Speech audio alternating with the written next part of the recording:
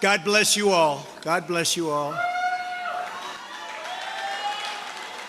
And I never thought anything like this could happen in America. Never thought it could happen. Former President Trump speaking from Mar-a-Lago tonight, blasting the criminal case against him in New York and the investigations into other matters in other jurisdictions. Just hours earlier, he became the first president to ever be charged with a crime. Today, the former president was booked and formally arraigned in front of a Manhattan judge. In all, the former president was charged with 34 counts of falsifying business records, Class E felonies, the lowest level felonies in the state of New York. Not too long after, though, he got on a plane, headed back to Florida to deliver remarks after that historic moment. NBC's Alice Barr brings us the very latest tonight. Former President Trump once again holding court at his Mar-a-Lago estate after an historic day in a courtroom in Manhattan. I never thought anything like this could happen in America. The former president and 2024 candidate defiant about the 34 felony counts of falsifying business records leveled against him. This fake case was brought only to interfere with the upcoming 2024 election, and it should be dropped immediately.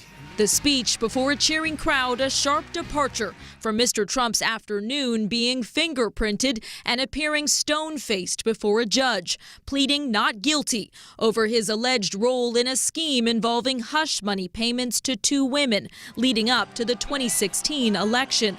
Prosecutors laying out, quote, an unlawful plan to identify and suppress negative information that could have undermined his campaign. We cannot and will not normalize serious criminal conduct.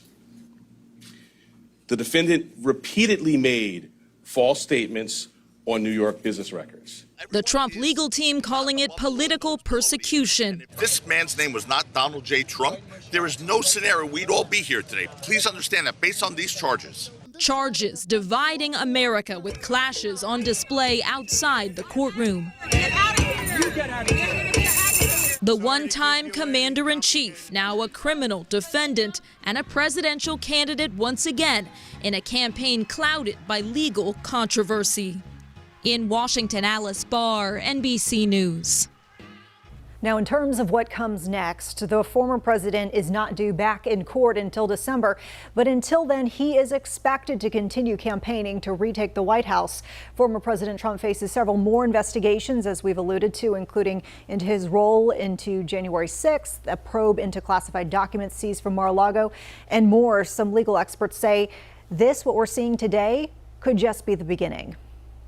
In some ways, it's not relevant to the other investigations that are going on. On the other hand, it may kind of break a dam in some respects. He's already indicted, and there may be more to come. I watched this play out with no joy and with great concern about our country and its democracy, and whether or not there has been or will be irreparable damage paid by our country because of all that has happened over the last several years.